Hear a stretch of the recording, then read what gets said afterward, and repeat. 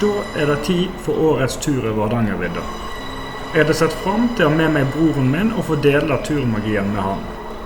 Men 3 dager før avreise satt influensaen en brå stopper for planene, og jeg måtte i siste liten omstille meg til solotur.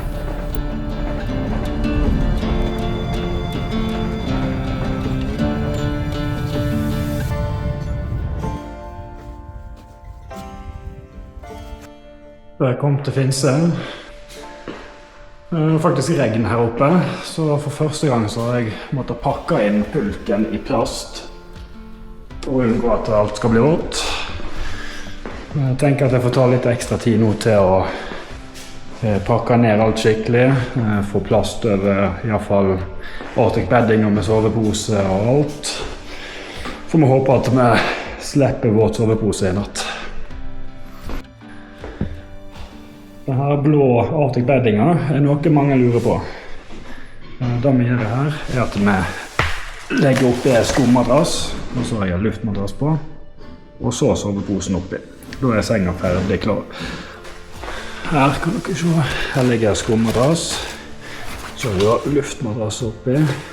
Der egentlig bare trekker seg ut på å beskytte luftmadrasser, og så har du da en funksjon som gjør at du kan slå den opp som en stol. Og til å sitte inne i teltet med ryggstøtter. Eller hvis det fint å trekke den ut og sitte ut forbi, så har du en stol med på tur. På Finse.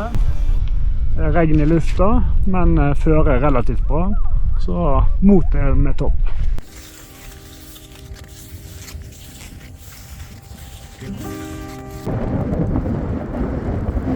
Regn og sol om en annen.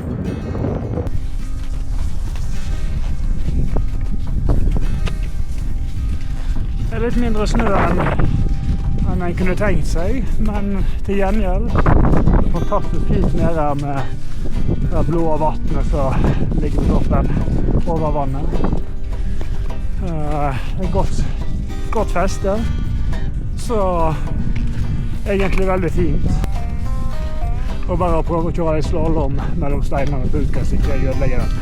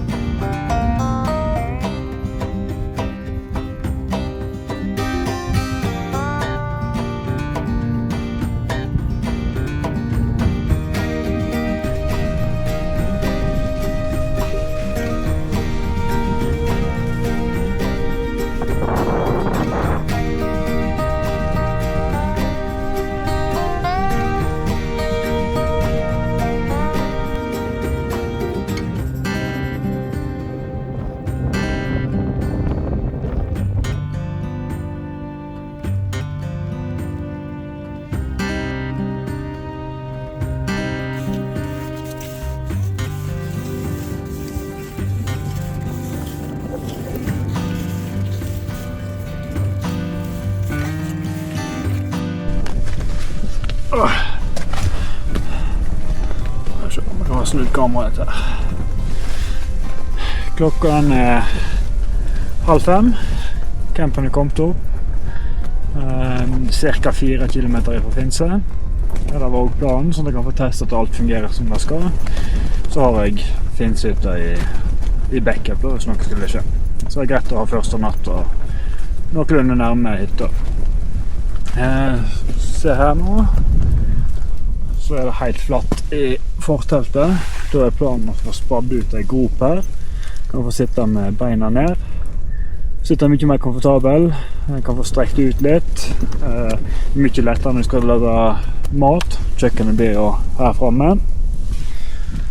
Og så det jo selvfølgelig i morgen tidlig, når alt tatt ut av teltet, kun teltet som gjenstår. Så den gropa perfekt å bruke som toalett. Slipper å sitte ute i vinden og fryse av deg.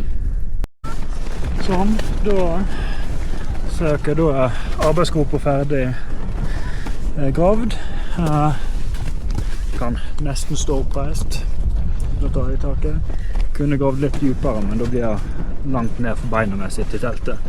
Jeg har til et lite trappetrinn her da, så jeg sitter litt bedre. Ligger bensin der. her og brenner, så dette blir jo kjøkkenet. Og da er det fint å kunne sitte her. Ja, som vi ser. Kan nå vise. Kan sitte her. Sitte en godt. Beina ned. Vanlig sittestilling. Sitte her borte og kokulerer.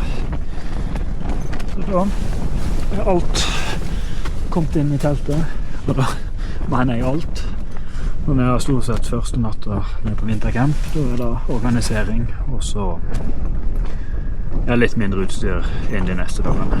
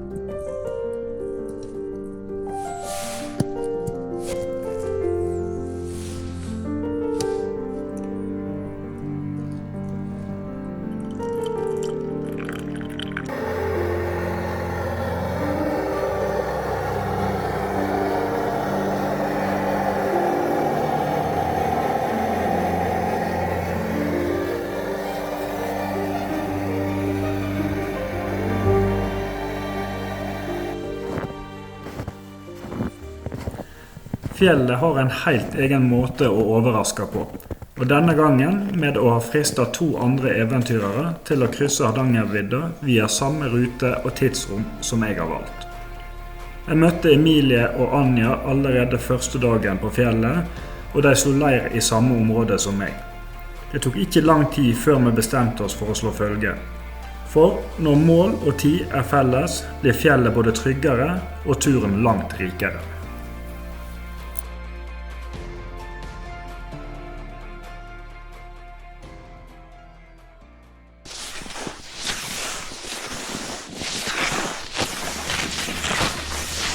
Fantastisk lys ut i dag. Før regnet kommer i hvert fall.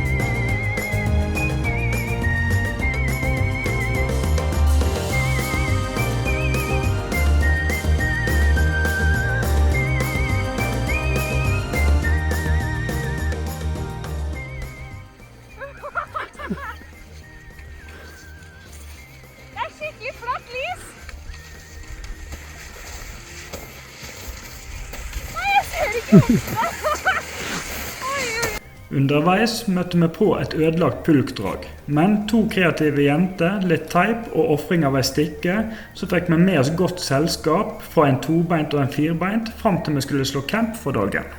Flatt lys kan være nådeløst. Humpene ligger skjult til siste sekund, så med tunge pulker og hardt føre er marginene små.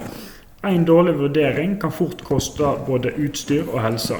Så i den neste lange nedoverbakken som ventet oss, var valget enkelt. Kina skulle på pulken. For ekspedisjon handler ikke bare om å gå på, men å ta de riktige valgene for å unngå uheld. Da skal vi opp der.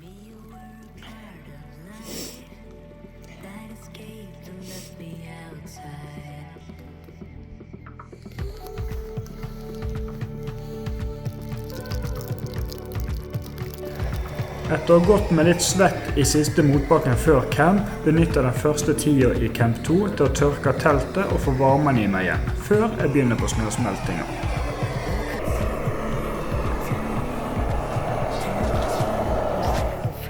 Det meste av utstyret ble organisert i camp 1, og derfor er det fantastisk å nå kunne våkne til et ryddig telt etter turens andre natt. Frokosten og kaffen smaker litt bedre nå når ikke det flyter rundt meg.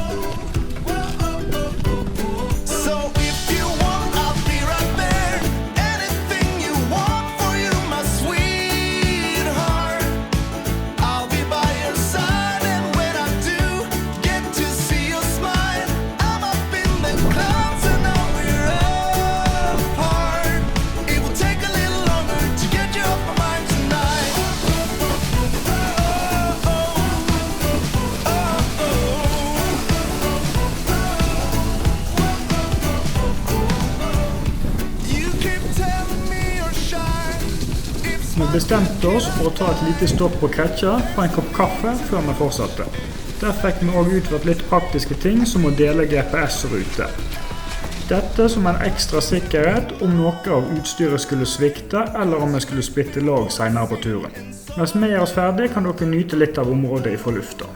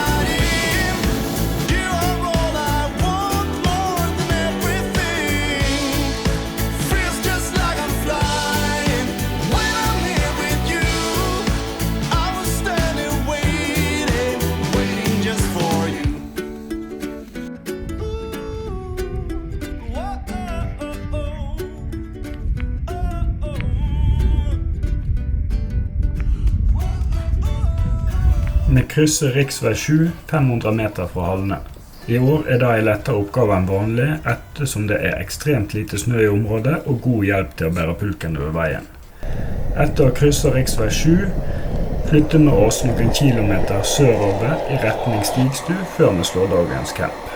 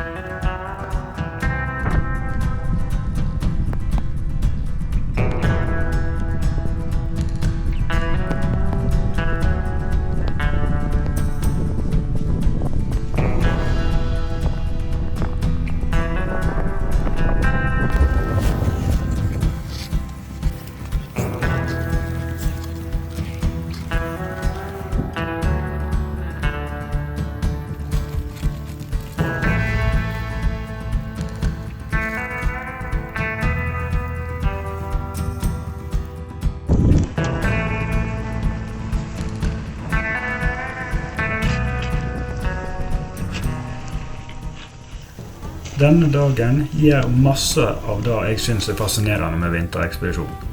Det er whiteout som gjør at du ikke ser noe annet enn en og annen kontrast fra en stein eller avblåst tua. Du får ingen visuell informasjon, og du vet ikke om det er fast grunn under neste tråkke, eller om du går rett inn i en snøvegg. Alt er kvitt. Det er slik jeg ser for meg å være i ingenting, bare at det her er kvitt og ikke svart. Det gjør at jeg får mye tid i egne tanker, jeg må jobbe med motivasjonen i ett øyeblikk, mens i det neste kjenner jeg på en mestring der ingenting kan stoppe meg.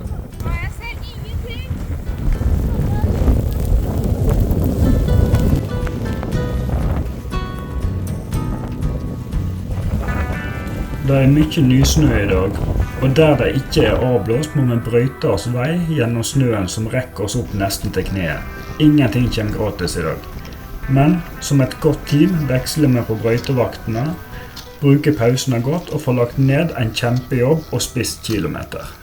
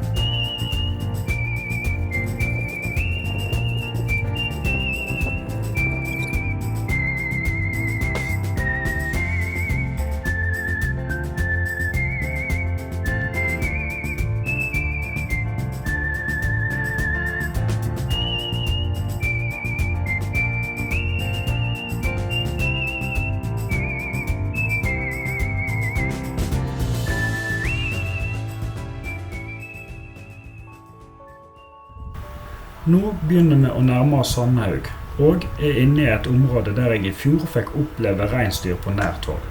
Min erfaring er at de ville dyrene ikke nødvendigvis er så redde oss mennesker som en av og til kan høre argumenter for. Jeg opplever at mennesker og dyr kan gå godt sammen og dele Hardangervidda så lenge en viser varsomhet og respekt for dyr og fugleliv. Årets møte med rype på veldig nært hold føler jeg også støtter opp om denne teorien.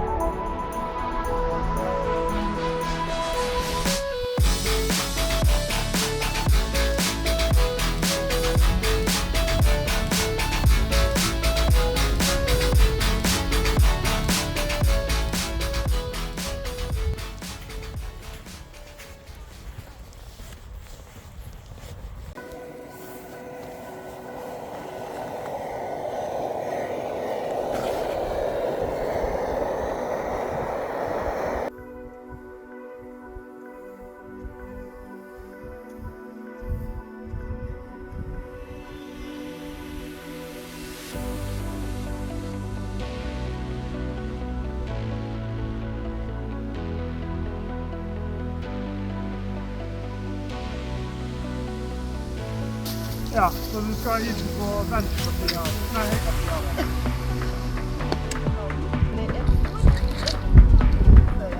Ja, mellom de små og den litt på.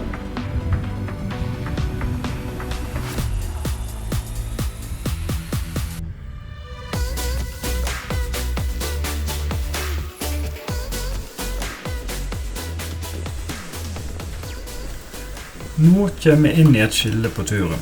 Både i form av at naturen går fra det typiske viddelandskapet til å få mer vestlandspreg med mye fjell. Det er også et punkt på turen der en enten kan svinge direkte mot Hellevassbu eller ta med seg Littlås, som er en del av den tradisjonelle DNT-ruta.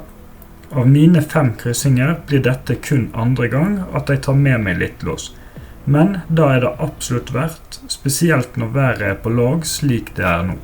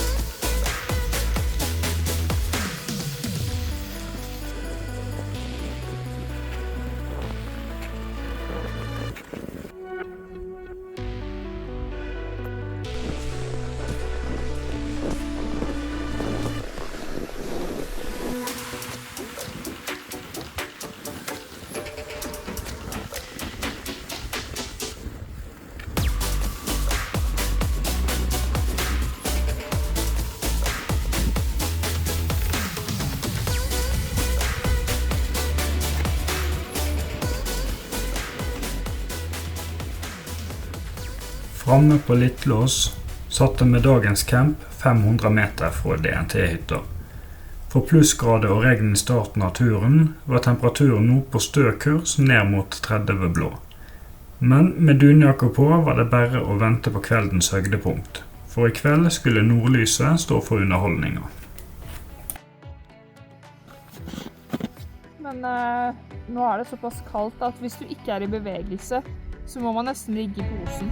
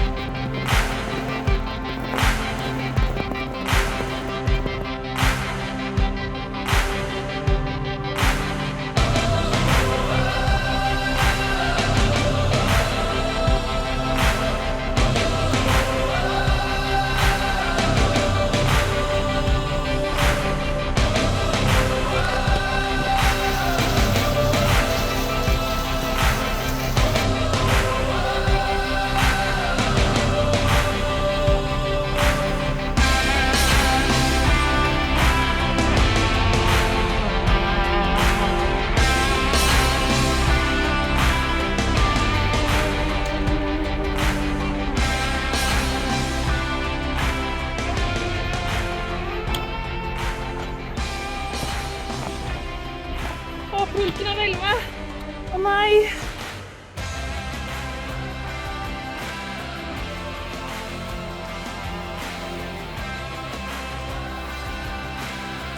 Det velta igjen!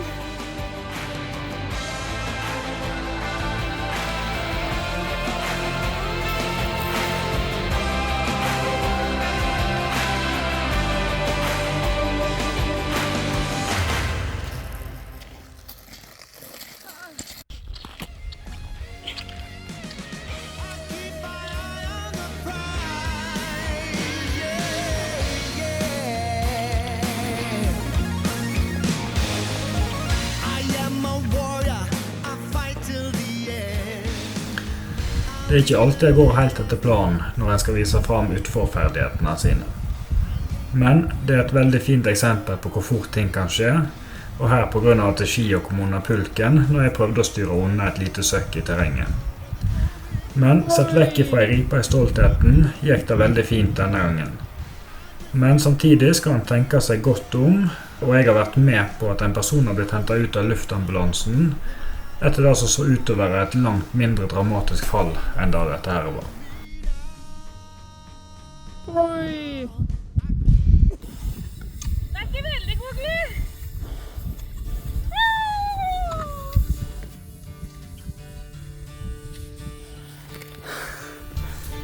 I år fikk vi kun sett reinsdyr fra lang avstand, men vi har med et par tilfeller slik som her kommet midt inn i sporene etter reinsdyr som nærmest ser ut som en motorvei. Vi prøver å ha en viss rutine i forbindelse med pausene, da det er viktig å få i seg både væske og næring jevnt gjennom hele dagen. Næringen må du få i deg før du går tom, og vi kjører vanligvis etapper på 50-60 minutter, og så pluss minus 10 minutter pause, alt etter distansemål og hvor hyggelig pausen blir. I tillegg er det å kunne sette seg ned og prate litt sammen og nyte omgivelsene en av høydepunktene på tur.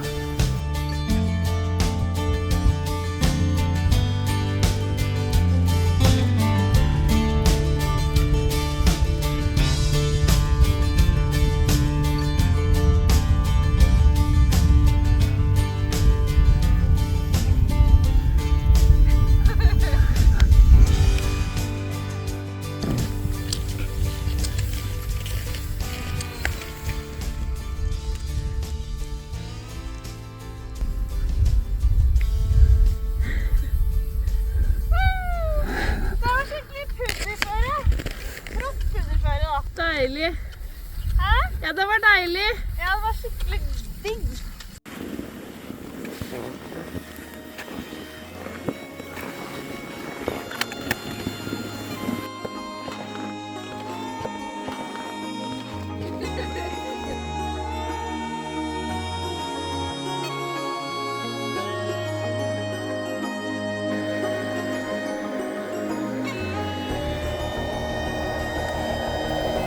Det er veldig kaldt i siste camp som ligger 700 meter ifra Hellevassbu.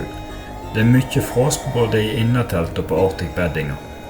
Vi kjøpte med oss en sjokoladepudding fra Hellevassbu som vi tenkte å dele sammen til en felles middag nå på turens siste camp. Jeg er spent på hvordan den har klart seg, men jeg har hørt rykte om at Anja har bært den på kroppen for å unngå at den blir til sjokoladeis nå når det nærmer seg 30 minus. Stemningsrapport fra siste dag.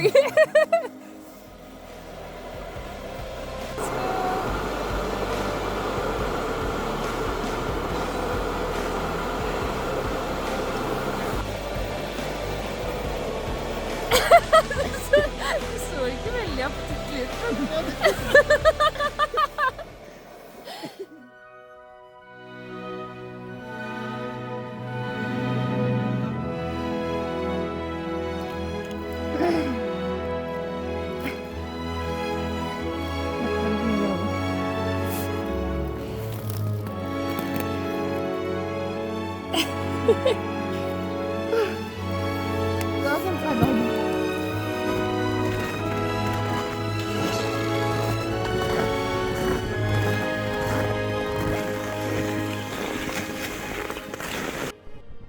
Vi har våknet til en fantastisk dag.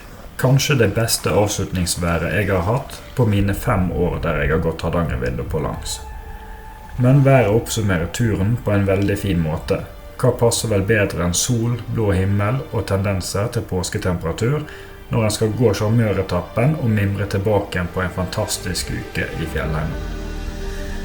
Det er heldigvis noen timer igjen i flott landskap, og bare 1 år til det sannsynligvis igjen er tid for tradisjonsturen fra Finset til Haukeliseter.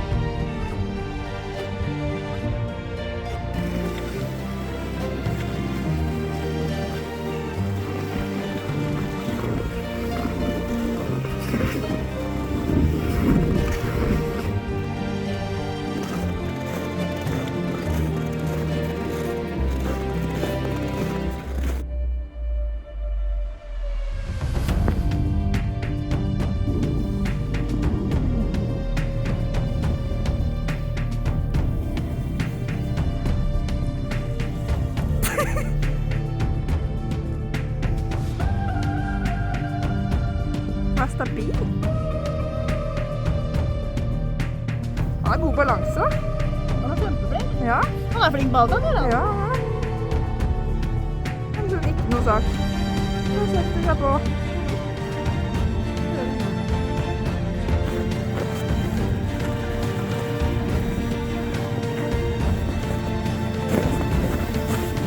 Her er han.